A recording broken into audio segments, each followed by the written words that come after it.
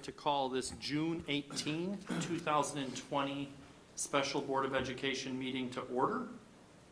Mr. Anagnostou, would you take the roll? Mrs. Bissell, Here. Mr. Miko, Here? Mr. Roberts, Here. and Mrs. Hausen. Here. All present, please join me in the Pledge of Allegiance. I pledge allegiance to the flag of the United States of America and to the republic for which it stands, one nation, under God, indivisible, with liberty and justice for all. Next on our agenda is public comment. I see none. At this point in time, we will move into executive session to consider the appointment of a Board of Education member. Do I have a motion? So moved. Mrs. Hausum by a hair. Second. Second. Mr. Roberts with the second. George, would you take the roll? Mrs. Hausen, Yes. Mr. Roberts, Yes. Mrs. Bissell, Yes. Mr. Miko. Yes. We will enter into executive session at 7:02, and we will be back. Thank you.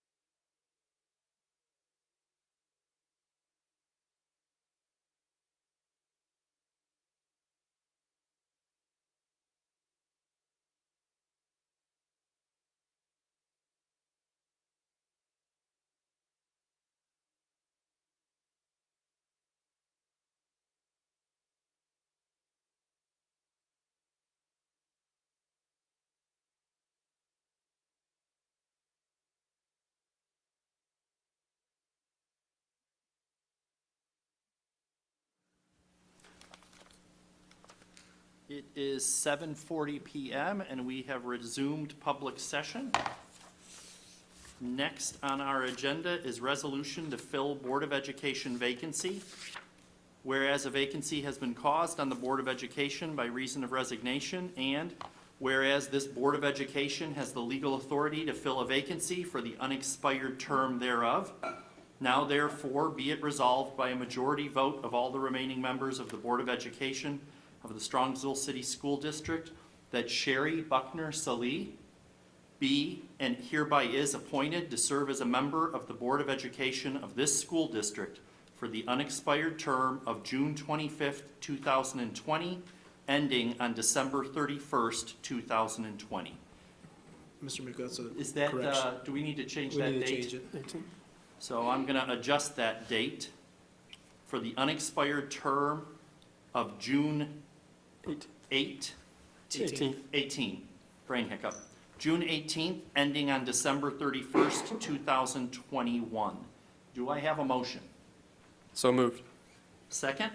Second. Motion by Mr. Roberts, second by Mrs. Hausum. Any discussion? I will say for the board, once again, we had a process that we are blessed in Strongsville. We had 12 candidates apply. All 12 were qualified. All 12 could have served ably on this school board. That is a blessing for our city to have that many people willing to serve and to serve well.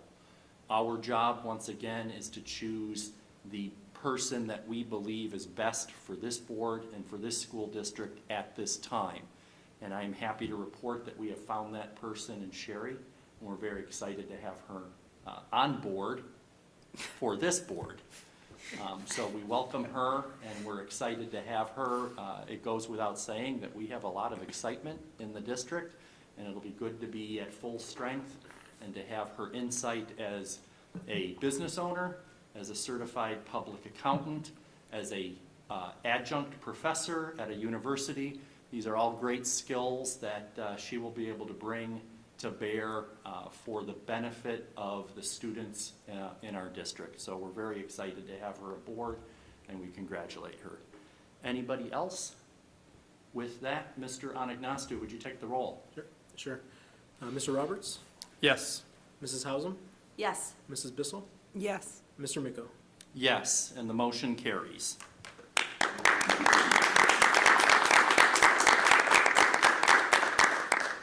So now I turn it over to Treasurer Anagnostou for the oath of office. Thank you, Mr. Miko. Ms. Buckner, Ms. Buckner Salih, congratulations. Normally, I'm going to have you go to the podium. Normally, I would follow you up there, but for social distancing, I'm going to stay at my seat. I'm going to read you the oath of office. You have a copy, you could follow along. So, please raise your right hand. I, State your name. Sherry Buckner Salih, Do solemnly affirm that I will support the Constitution of the United States and the Constitution of the State of Ohio, and that I will faithfully and impartially discharge my duties as a member of the Strongsville Board of Education to the best of my ability, and in accordance with the laws now in effect and hereafter be enacted during my continuance in said office and until my successor is chosen and qualified. I do. Congratulations. Thank you.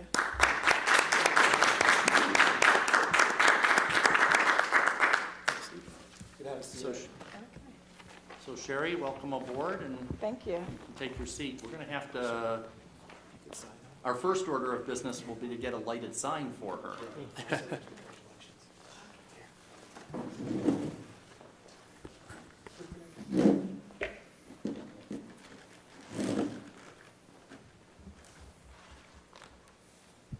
Sherry, did you have anything you wanted to say?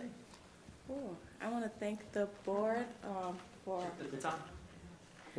I want to thank the board for nominating me. I'm proud to be a part of this community and that always embraced me. I'm proud to be a part of the system.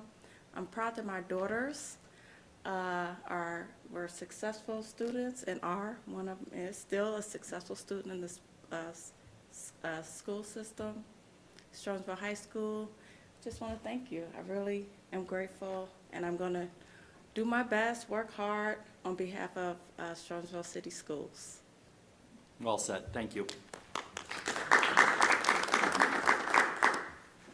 Next on our agenda is Superintendent's Report. Dr. Ryba. Thank you, Mr. Micko, and Sherry, welcome. We're thrilled to have you with us and look forward to meeting with you and talking with you and getting you up to speed with where we're at. So congratulations again to you and your family. Thank you. So what I wanted to do today while we were together is to give an update on where we're at. I've got some slides behind me that we can highlight. So with where we're at for the 2020-21 school year and all the planning that's been going on. So this is a graphic that we've been sharing within our work groups and I've shared with the board, and just want to kind of give an overarching big picture perspective of the work that we're doing as we're in these kind of uncertain times of what school will look like. And so as we plan, we need to plan for 3 completely different environments for the 2021 school year. And that first environment that's up there is in-person and in-building learning. So this is all kids coming to school every day as we know it. And I just want to reiterate, I've shared this with the board and shared this with work groups, but for our community as well, this is what we want to see happen for the school year. We want to have all of our kids back. We want to have our kids back 5 days a week, adhering to whatever restrictions or social distancing requirements are there, but this is what we're working towards. However, I'll talk about in a minute, there's some restrictions that are not allowing this to happen right now, and where we're going with that, but this is the preferred avenue for providing instruction. And if you look at the graph that's up there, and you move from that upper right-hand corner of in-person, in-building learning blended through remote learning, we acknowledge and we understand that when you move to blended learning, there's a loss of educational outcomes that are there, whether it's academic, whether it's social emotional, whether it's relationships, that we cannot recreate all that kids experience and all that they gain educationally, academically, experientially in a blended learning. But when you look at the restrictions that we have in place, that's the best opportunity we have. Sometimes as an educational leader or as a superintendent, we have difficult scenarios, and we have to, even though both scenarios may not be the most desirable, we have to select one that meets the best interest of the masses, and that's what we have to look at. And when we go look at completely remote, that's even more of a challenge. And so what we're looking at is if we cannot have in-person, in-building instruction for all kids every day, how can we make the most out of a challenging situation? How can we get the most out of a blended learning experience? And so a blended learning experience is it's blending a remote experience with an in-person experience into one platform. So what that means is that students would go to school for a certain number of days, and then they would take part in remote learning for a certain number of days. And so that's an option we have to plan for, and the reason we have to plan for that option is if social distancing requirements do not allow us to have as many students in the building as possible, or our classroom capacity is exceeded based on 6 feet social distancing requirements. So if you look at, just in a basic calculation, right now the rules say that we have to have 6 feet social distancing. That means every student needs 36 square feet of space to be social distance. If you take a look at our average classrooms are from 700 to 900 square feet, and I can't do it in my head right now, but 700 divided by 36 square feet, it doesn't get to 25 students, which is where we average out. So that's where we're saying we have to have some blended structure. The last part of that graph is remote learning 2.0. Remote learning 1.0 is what we did from March to May. We had some successes, we had some stumbles, and so we're looking at how can we evolve that. How can we evolve that in that blended structure where it's going to be part in-person, part remote, as well as what happens if there's a spike? What happens if, the college model, right, is we're going to go to college through Thanksgiving and then no kids are going to come back until after the first of the year? What if something happens and the state says that's what you have to do? We have to be ready to have remote learning 5 days a week. And so those are all of the aspects that folks are planning on.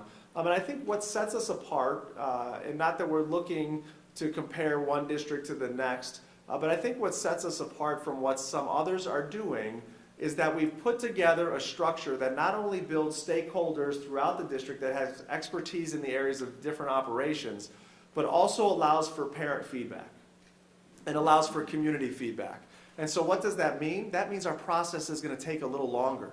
Because if I would sit in this room with my administrative colleagues and make decisions, I can have a plan out to you already. But if we're going to sit and we're going to have a feedback loop, and we're going to, as I talked in my parent communication this week, if we're going to have 15 plus work groups, and then we're going to have friends focus groups, and we're going to have thousands of people providing feedback, that takes time. And so what we've decided to do is, instead of rushing and have a small group of people share a plan, we're going to take a little longer, and we're going to share our decisions when they're made, get continuous feedback, and have the opportunity to learn from that as we finalize our plan. So some of the things that I just wanted to update and have a discussion on is, the work groups. I've shared with the board before, we have work groups throughout the district and our community. We've shared, there's a link, I'll share these slides publicly, but there's a link to a variety of work groups that funnel up to building oversight committees, that funnel to district oversight committees. And, I get asked once in a while about, are the work groups working? Is the structure working? Maybe I'm a little biased because I was the one that created the structure. But in terms of the things that are being discovered, the problems that are being solved, I can say 100% that the solutions that are being developed are much better than it was if I had a small group of people in the room. And what we're also doing is building a synergy amongst the communicators, that people feel a part of a process that's bigger than just a small group. So they are working extremely hard. The pace is pretty quick. They're continuing to turn out decisions and recommendations. And they're taking on big topics as we move forward. So I'm very proud of the efforts of the work groups. And it's been exciting to see the leadership throughout the entire organization to move these decisions forward. The next thing that I wanted to talk about is health and safety requirements. So it bears as a reminder that the Department of Health, the Ohio Department of Health, has shared a draft list of health and safety requirements. This is the only information that has teeth to it, that has requirements that says you can or cannot do this. The two big ones in there that we talk about all the time, as currently stated, it says on any school district property, including buses, you must wear facial coverings or masks at all times. The second one is that you must maintain 6 feet of social distancing on all school property, buses, etc. Those two, masks are one thing, but the social distancing is what necessitate all of these other plans. Right? If there was no social distancing requirement, we could all come back to school, but that's a part of the health and safety requirements. The governor said earlier this week that within 10 days, they would release the finalized health and safety requirements. We're all working on drafts, and there's a lot of rumors out there as to what the next version of the draft will be. Some rumors state that the face masks and the facial coverings are now going to be strongly recommended, but not required. There has now been rumors that the 6 feet of social distancing requirement is going to be lessened a little bit. But the governor said he'll announce it in the next 10 days. There was rumors it was going to be today. If that didn't happen, the next indication is that he's going to announce them at his Tuesday press conference. So we'll see what happens on Tuesday, but that is going to be a major decision point for us and where we go, and the main part is what's going to be the social distancing requirement. So before I go on with some discussion topics, any questions or comments or feedback from the board on what I've covered so far? Okay, keep going. So for in-person and in-building learning, some of the things that we're talking about is, what will be the social distancing requirement? Will it look the same in prior years? So what I want to share with the board is that we've gone through our entire district and measured all of our classrooms. We know the square footage in each of the classrooms, each of the large space areas, and there's a calculator that's out there online that you could do the math, but there's a calculator that says, how many kids do you need to fit, and it'll spit out, here's how much square footage you need, or here's the square footage you have, here's how many kids you could fit based on these various levels of social distancing.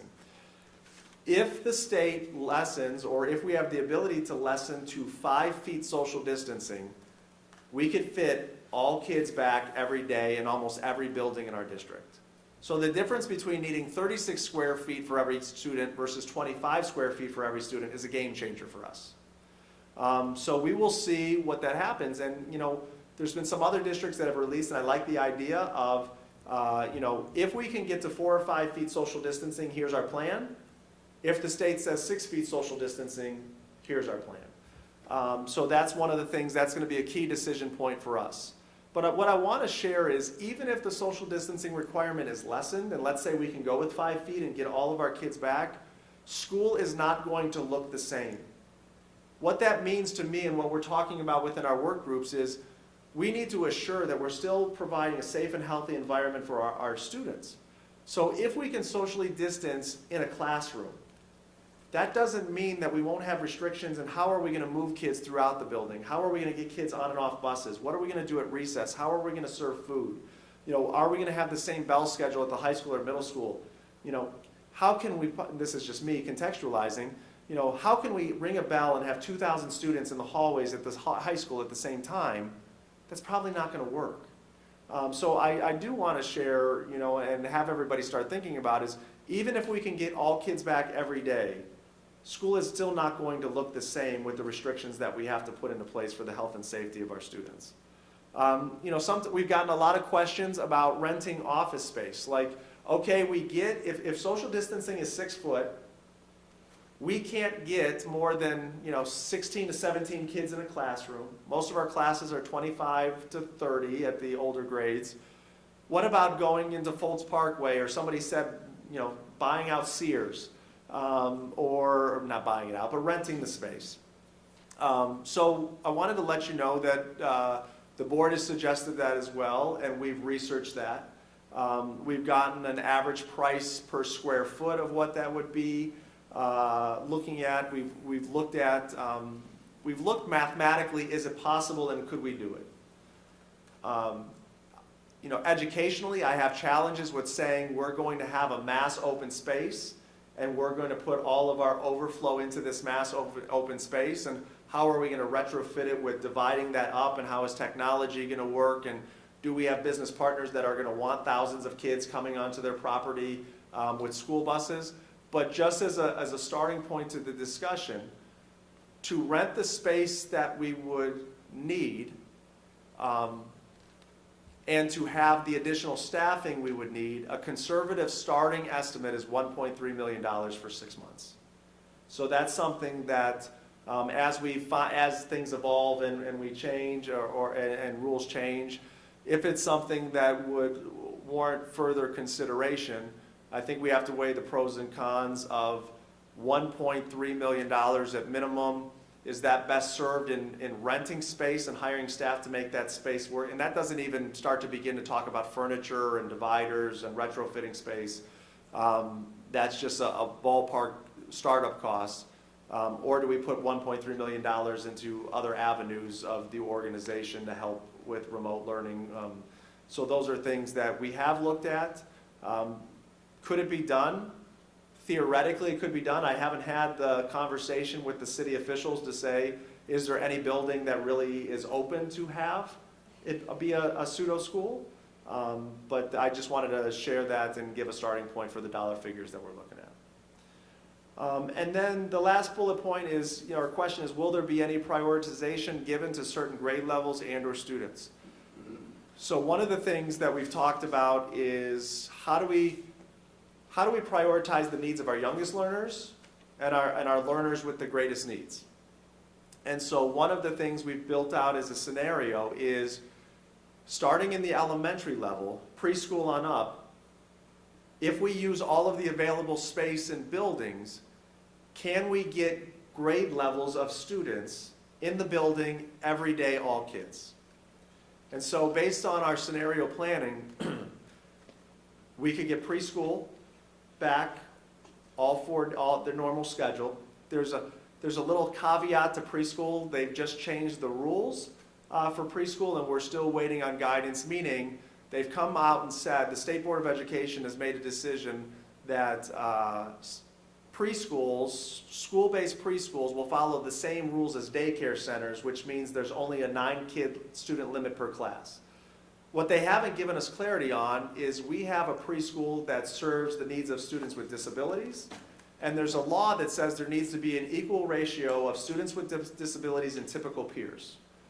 So if the limit is 9, one decision is if the state is going to waive the ratio, you could keep, right now we have a ratio of 8 and 8. 8 students with disabilities, 8 typical peers. Class is 16. We have the space, we could fit 16 in there, socially distanced, but if the state keeps with the rule, it would be 9. We're still waiting for clarity on, are they going to require us to keep the ratios, which would mean 4 and 4? Or do we not have to keep the ratios, and then we'd have to make the decision of, do we want to move to be a special education preschool? Because that's all that we would serve. So based on a paper-based scenario, we can open up preschool and be there all 4 days like we were in the past. We've also worked the scenario that we could have all kindergarten, first grade, and second grade back in our buildings all day, every day. And that's where we run out of space. Is we do not have any scenario grades 3 through 12 that we could work. We have the space, right, but it doesn't work as cleanly as the elementary school. And when I say about we can make it work, I want everybody to understand that this, in every building, this is a combination of some classrooms that are larger, predominantly using our gym or multi-purpose room space and breaking that up into smaller rooms or smaller areas. Media centers, art rooms, music rooms, any of our bigger spaces. So if the thought is my first grader is going to be able to go to school all day, every day, and they're going to be in their traditional first grade classroom, that's highly unlikely. They'll either be in an art room, a music room, a divided gymnasium to make it work. So we've ran that scenario as well. We also have another group that is getting up and starting to work, and they're exploring to, how can we open up all day, every day for students that may have the most significant needs. So our students with disabilities, our students, that get Title I services, English learners, all student groups that you can think of that may benefit, all students would benefit from all day, every day, right? But if we have to prioritize, those are the scenarios that they're working through. So those are some of the updates that I wanted to share in terms of where we're at and some of the work that we're doing for in-person, in-building learning, and where some of the conversations are at right now. I'll pause here to see if there's any. Cameron, I have a question in regards to, you talked about potentially the kindergarten, first grade, and second grade being able to go back and obviously utilizing all the different spaces, the art room and music and gym and so forth. If that's an option and something we decided to look into more, would there be a need for additional staff and teachers to, because of that scenario? Or would it be physically taking a class out of a smaller classroom and putting it into a gymnasium or something else? It's the second. So it's taking a class, it wouldn't need any additional staffing because we're taking a class that would require one teacher and moving it to a spot where they could all fit with the social distancing requirements. So the only scenario where it would require more teachers is, the one scenario is we divide all of the kids into smaller groups if we had the space to do so. That would require a second teacher because, if we have a group of 12 and a group of 13, we need 2 staff members. Because they're going to be in different locations, we need 2 staff members. But when you take, like this room here, a 5,000 square foot space, I can fit 30 kids in about 1,100 square feet. I can take this and divide this up into 2 or 3 classrooms and have one teacher with the 25 kids or whatever it may be. So in that scenario, no additional staffing.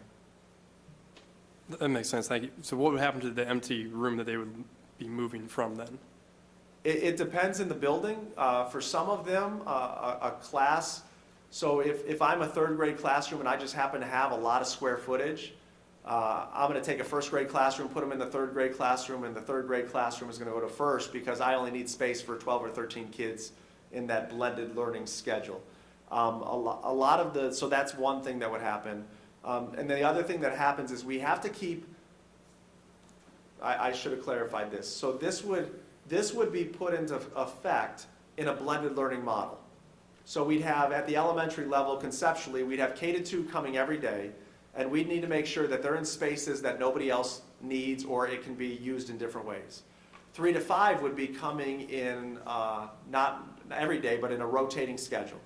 So we need to make sure that we're not using the 3 to 5 rooms at all. What this also precipitates is that if we do this, art is not going to be in the art room, it's going to be in the classroom. You know, all those names I mentioned, art, music, PE, they're going to be in the classroom or in an alternative setting or outside for physical education classes. It also necessitates, I don't believe any building has a plan that doesn't have use of a large area like this to make it work. That means that lunch is going to be in the classroom. So one of the work groups we talked about today is how do we build in movement breaks or opportunities for kids not to sit in the same seat in the same room from 9 to 3:30 at the elementary level. But for all of these decisions, there's trade-offs, and you have to prioritize is what's the greater need. Is the greater need getting our earliest and youngest learners in 5 days a week every day? And that means we're saying art, music, and PE are important, but we feel comfortable having them provided in an alternative manner. Or do we feel that movement is the most important throughout the day, and that means all K to 5 is on a blended learning schedule. Kids are going to go to school 2 days a week instead of 5 days a week, because we feel having a student sit in a desk in a room for all 7.5 hours is not in the best interest of the student. So in all of these decisions, we have competing interests, and ultimately we need to decide which interest provides the greatest benefit to the greatest number of students. Thank you. Moving on to blended learning. So blended learning, again, is a combination where not all students could go to school every day because of the social distancing requirements. So again, not to be redundant, but if 6 feet social distancing remains a rule that we have to adhere to, we have to go to a blended learning structure. And what that means, you know, it's a variation on the theme. We sent out a survey, you've seen what other schools are doing. It's how are we going to divide up the week into groups of students, 2 groups of students, because we have enough space where if we divide the groups into 2, we can fit that. And what type of schedule is that going to be, where students are going to rotate, where part of the week they'll get in-person instruction and part of the week they'll get remote learning. And so we are still working through some options. We have finalized our decision on what the schedule will be for students and how we'll group students and what days of the week they'll be. We are still finalizing some discussions internally about aspects of that. So I have a community conversation on Tuesday, and so on Tuesday I'll go more in depth into what that schedule will look like, the days of the week it will be, how we're working to divide students. So within the next 5 days, people will understand if we have a blended learning schedule, here's what it will look like for my family. Any questions on the blended learning aspect? Just that I want to highlight, again, we have lanes. Lane number 1 is all students back together. Lane 2 is the blended learning option. Lane 3 is remote learning. So even though you'll be announcing on Tuesday that this is what blended learning it looks like, it's important to remind everyone that it's an if situation. Right. And so, you know, thank you for reiterating that, Rich. And, you know, the analogy I use is we've got 3 plans on the bookshelf, and whatever the rules are, we need to be ready to have the right plan ready to pull off the bookshelf to implement. And so that's the work we're doing now and throughout the summer, so that we're ready for that and can be successful. So lane number 3, going with that theme, is remote learning. And so this is a current focus of the work groups. You know, once we've gotten through the blended learning structure and schedule, this is what they're working on right now, and that they're working on 2 aspects. How does this integrate and marry with a blended structure? You know, what does remote learning look like when I have students part of the week, and then I'm going to assign assignments later, you know, for other aspects? You know, we think about this is a lot of how college works now. You know, or even if you think of in-person college, like I went to Ohio State, we had lecture and we had recitation. You know, you have kind of, here's the big group instruction and then the small group breakout sessions. We've had in the past blended learning English classes where there's flexibility of we're going to do in-person a couple days a week and you're going to do remote a couple days a week. So that's one aspect of the plan that they're working on. And I just want to assure families, we've heard your feedback loud and clear that you want live instruction, you want teacher instruction, you know, and that's things that they're working on. They're working on aspects of, can I really provide, if I'm a student that's in school on day one, or I'm a student at home at day one, can I log in and experience the same instruction on Monday, whether I'm in person or I'm at home? Those are things that we're working on, and we believe we have possibilities of implementing those at different levels. And so that's one of the things that they're working on right now. The other scenario that they're working on, as I talked about, is if we get shut down. If we have to go to remote learning for a period of the year, 5 days a week, what's that going to look like? As an educator and a teacher, it's a completely different structure. If I know I'm going to see Michelle a couple days a week, I've got a different way I'm going to maneuver and use remote learning. But if I'm never going to see you except but virtually, that's a whole different concept. Foundationally, it's similar, right? But it's a different way of approaching teaching and a different way of approaching education in a remote setting. And so it's going to be more, significantly more structured than it was last year or in the spring. And so that is lane 3, is remote learning in a blended and remote learning as a complete remote learning environment. Is there a possibility for a lane 4 where that might address the needs of the students who don't feel safe coming back regardless? There is, and so I will share that on the next slide. That's a great transition. I just wanted to make sure. And she didn't see the slides before. We're just so in sync. So in sync. Questions on the blended learning before I move on to lane 4? Okay. So lane 4 is exactly that. So what we've called it the Strongsville Academy in the past. We're calling it now the Strongsville Online Learning Option. SOLO, which it works, doesn't it? The acronym works. I did. We did. We came up with it.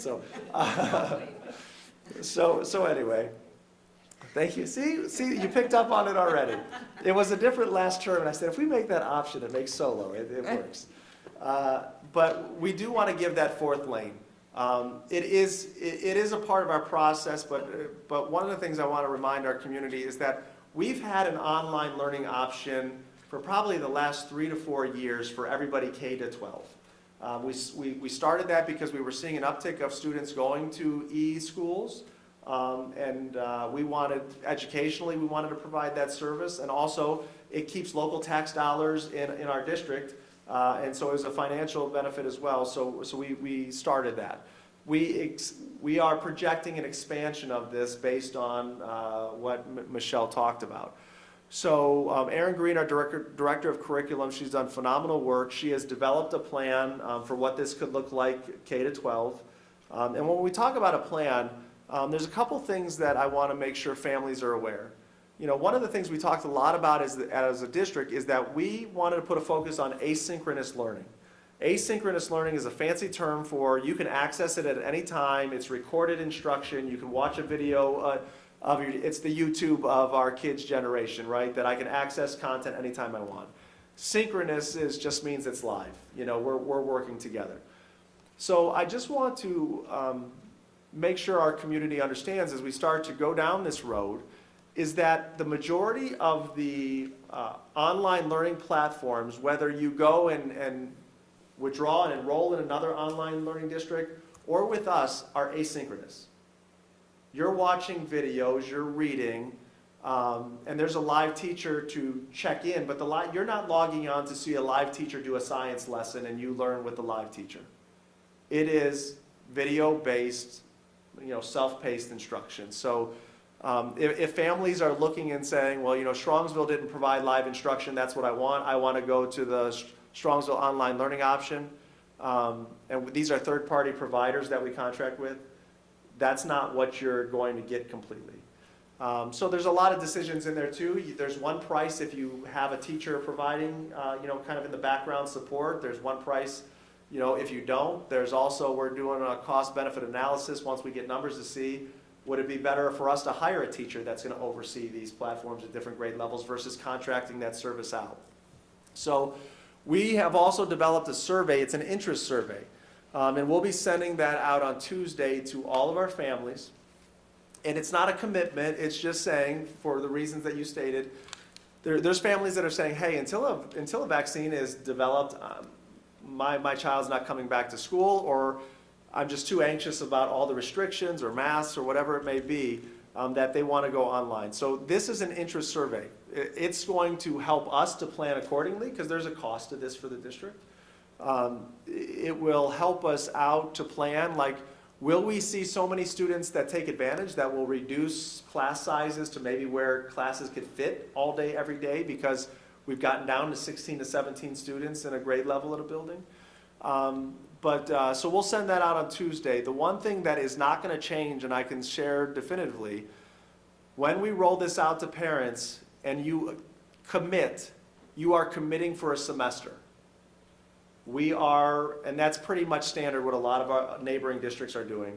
The reason being is we cannot manage the numbers of kids continuing to go back month to month. So just keep that in mind as you think what's best for your children, what's best for your family. If you take us up on lane 4 and the online option, you are committing from the start of the school year through winter break. And after that, you can decide to come back. And we're going to have you commit a semester at a time. So we'll send that out and get some interest. Cameron, is there, I guess, the opposite of that, where somebody starts deciding they want to go to school or blended, whatever scenario they are, and then switch to the online? Is that possible, or can that only be done at the semester time frame? We haven't gotten into that much detail yet, but just my feeling of it is I'm fine with going into it. It's the coming out that makes it a little more difficult, especially if we have requirements and class sizes and things of that nature. And the other part of it too is that the courses are built on semesters. So what we also don't want to have happen is that they're taking third grade math. They do that for a few months. They come back to live third grade instruction, and we're at a different pace. It's still the same curriculum, right? But we could be in a different pace. It's just not educationally sound for kids to keep bouncing back and forth. They would get through a full semester of third grade math, and then it's a nice breaking point for them to come back to school. I think it's warranted just to mention, we're trying to balance being customer service friendly. We're trying to balance being respectful of each parent and their students, how they're looking at this COVID situation, but we also have to plan. And to have people jumping back and forth to just say, hey, a week before school starts, let us know which way you want to go. There's too much to juggle. We do need to plan. So I think the survey is a great way to get started, to find out, things like if there is a large percentage of parents who want this option, that does mean, some of our issues with 5-foot versus 6-foot distance could be radically different. Yeah. And I think the bus is the other one that, struggle's the wrong word, but the busing is going to be an issue in how we deal with that. It is. So we can get started with that survey and find out whether we need to drill down deeper or not. Yeah. Does the bus issue happen to be on that survey, or is that something we're going to address later? We don't have it on the survey. One of the things that's very confusing right now, I mean, we're all getting a lot of mixed messages, right? There's one set of rules for one group, and there's another set of rules for another group, so we're all experiencing that challenge. We haven't got transportation and busing clarity has not been defined yet. So what I would like to do is just to pause a little bit on that one, because again, there's been rumors that, the state understands the real challenges we have with socially distancing on busing, and that there's discussion that it may be allowed to alleviate the social distancing requirements, but require everybody to wear masks. So I think we need to get clarity from the transportation rules, and then we can send out a survey. Yeah. And just to confirm, the survey that's going out Tuesday is just an interest survey. You're not committing to anything Correct. at this time, Yep. just if you're interested in it. Yeah, this is just an interest survey to let us know. And I think what it helps also is this is probably one of the more popular questions I've received is, and so I think it will help get it out there officially with everybody that this is an option. The last couple things were just some miscellaneous items. One of the things we've been talking about in one of our work groups is adjustments to the district calendar. And so we've reached somewhat of a recommendation conceptually, and I will be sharing that on Tuesday as well. So we got some good feedback. We could share definitively so people can use the calendar to plan and understand. What I'll be able to share on Tuesday is, you know, here's the latest your kids are going to start, here's the earliest your kids are going to start, you know, here's what we're doing with breaks and all of those other things. So as I've shared with the committee today, this is truly a recommendation because as superintendent, there's a procedure. We have to go through a calendar committee, and then ultimately the board approves the calendar. So that's something that we'll talk about, and I'll talk about it in terms of a recommendation. But ultimately, the board is going to have to approve an adjusted calendar based on those recommendations. So that should probably happen in July sometime. The other thing that I just wanted to update the board is, you know, Seth, you talked about potential costs. The potential costs that we're projecting right now, if we keep everything in district, is there would be some increased staffing costs. Two areas where we would see possibility of increased staffing. If we decide to go with the K-2 option, that we bring back all day, every day, Whitney is the only building that I cannot make it work based on the classroom sizes and the available space. So Mr. Stacco had a great option, other than taking students from Whitney and dispersing them in open rooms across the city or bringing them here to have school. You know, he came up with a great option, and it would require one additional staff member to make that option work. So we'll be looking at that. The other staffing increase that, and again, this is all tentative, right? I just wanted to be transparent in what we're talking about. I've asked Mr. Breckner and the head custodians to do an analysis of could they disinfect and clean the buildings on a nightly basis to assure that all high-touch surfaces and classroom desks and furniture is disinfected to a standard that is acceptable and necessary. He said, yes, we can do it, but he would need an additional evening custodian at each of our 5 elementary buildings. So if you take a look at a lot of our elementary buildings, we have one, maybe one and an additional half of an evening custodian. So to do the level of disinfection, and this also means, I know I'm talking in different areas, but I think it's important to note that when our kids come back, the classrooms are not going to look like the classrooms that they left. And so we're talking about management practices and structural processes, but there's an emotional component to this. You know, kids are going to come in and see a classroom that's pretty empty with spread out desks and a teacher desk. And we've told our teachers that until further notice, your reading nooks, your furniture that you bring in to make it a classroom community, it can't come back. It's been sent home and it can't come back because we cannot disinfect all of these surfaces each and every day. So we're also working on, you know, how do we help transition our students back to an environment that's very different than what they left. But to make it work at the elementary level, we would need additional custodial support. We feel that we're fine at the middle school and high school. However, we would have to, in House Bill 164, which is a new law that was passed that addressed restrictions for and kind of some reprieves for rules and laws for schools. The one thing that didn't make the final bill was giving districts the ability to close their buildings down after hours for non-school events. So that was something that I lobbied for as a superintendent, and we lobbied for. Not that we want to lock down our school district from our taxpayers that pay for it, but we're just saying right now it's really difficult to manage school, let alone opening up our doors. Our high school and middle school never stop. And so the concern is, and we're going to have further discussion about maybe we prioritize days of the week or that, but the other caveat is if we open up our buildings for outside groups, I'm not talking about internal sports or internal music groups or what have you. I'm saying if we rent it out to, you know, community group X, Y, or Z, we do not have the workforce to disinfect those areas because those areas don't clear until 10, 11 o'clock at night. And so those are some of the challenges that we have. The other cost that is we're going to have to incur is a furniture cost. And this is pretty much an elementary cost. Right now, all of our kindergarten classrooms have tables with chairs around them. You cannot socially distance to the level we need to in kindergarten classrooms with tables and chairs.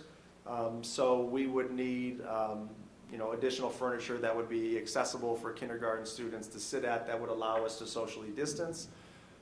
So what all of our principals are doing this week is they're working with the appropriate directors to share what furniture needs that they would need, and also what technology equipment we would need. And so when we talk about, can we create an environment where students can log in at home and see live instruction, that takes equipment to make that happen. That equipment could be as simple as a webcam. But the other thing that we're fighting against is everybody is looking for the same stuff. So the Chromebooks that we ordered, instead of getting here in mid-July, they're going to get here mid-late August. So these are things that we've got to be on top of so we can get the orders in. So those are some of the additional costs. I also want to mention, and I know it'll be on the next agenda, but the district did get CARES Act funding, 370-some thousand, 50-some thousand, George? Yeah. Our share in total is slightly over 400,000, but our share of it is about 372,000. The rest goes to the non-public schools. So when you talk about some of the items I've listed, we've built that into our CARES funding plan. So when we talk about the expansion of online learning, we've allocated a portion of that to the CARES Act funding. When you talk about technology upgrades and equipment, we've allocated some of that to the CARES Act funding. So we're able, up to $370-some thousand, we're able to take some of these costs we're going to incur based on COVID.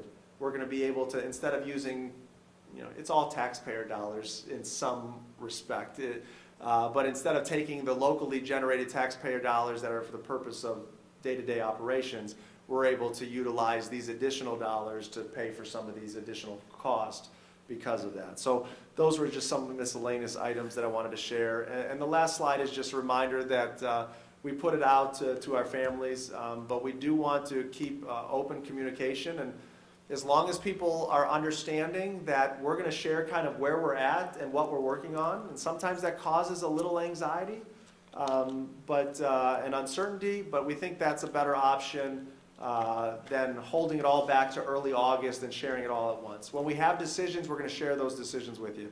So this first one starts on June 23rd. It'll start at 4 p.m. All of them will start at 4 p.m. and then we'll get into a pattern of every other Tuesday. So every other Tuesday from June 23rd to August 18th, the dates are there. We'll have a live community conversation. We'll email the links prior. We're going to change the format depending on where we're at.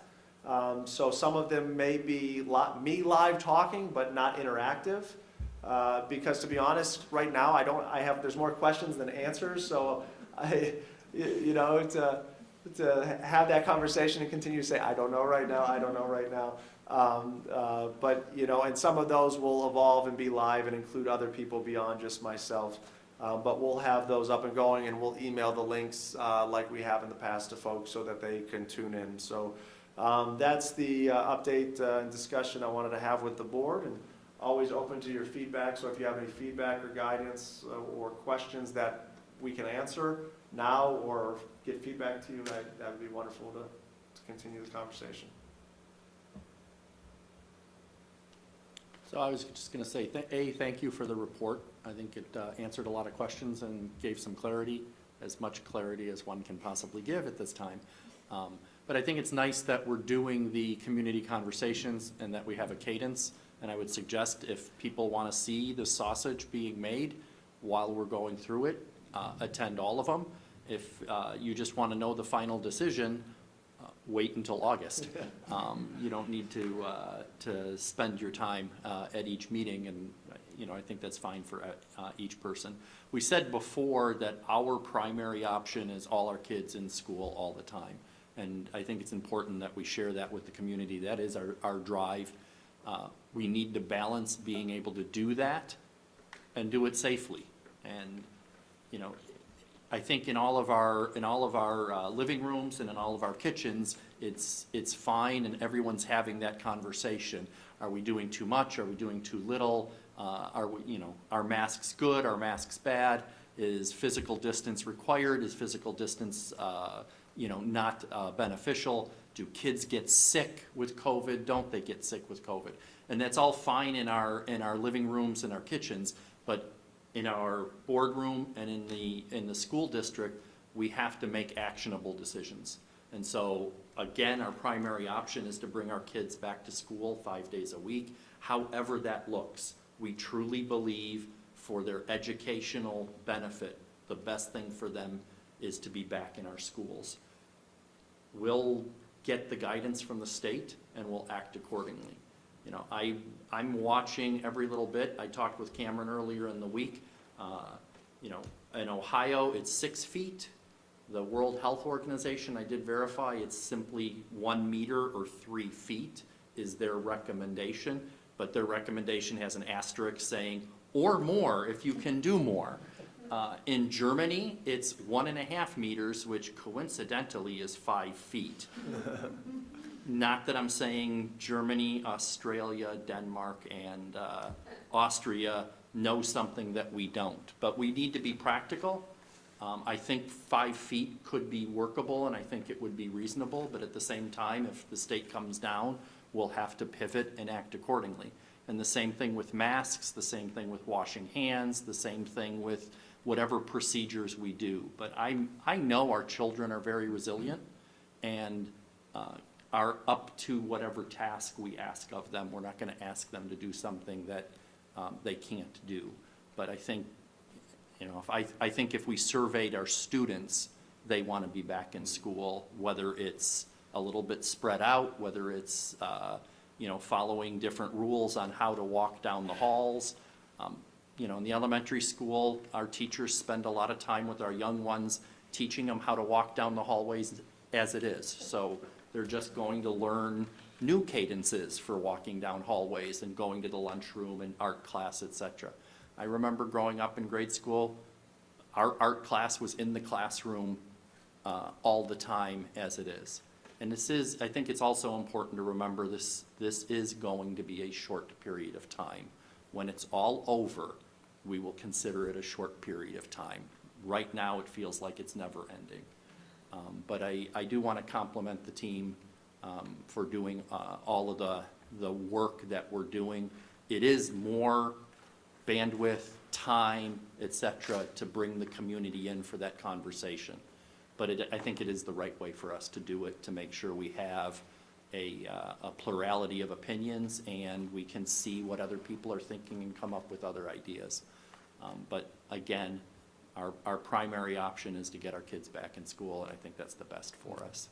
I will share the exercise, and I know the board challenged you to do the exercise to find out, what it would take to get that extra space if we had to do the 6 feet, et cetera. I do think it becomes unwieldy real quick when all the dominoes get added. But I do think it was a worthwhile exercise, whether it's Whitney or what have you, maybe we do rent 1 or 2 things to make it work and make it happen. We now know how to tap that and get that going. Anyone else have questions, comments? We're going to have an exciting summer. Yes, we do. Okay, next on our agenda, we do have need for a second executive session on the topic of, To consider matters required to be kept confidential by law. do I have a motion? So moved. Second? Motion by Mr. Roberts, second by Mrs. Salih. Any discussion?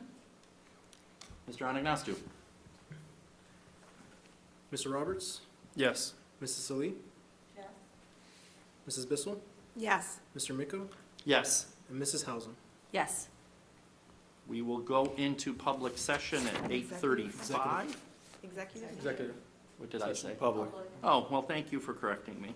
We will go into public session, we'll go into executive session at 8:35 PM. We have no reason for the public's business afterwards. Congratulations, Sherry, welcome aboard, and we'll see you in a week. Thank you very much.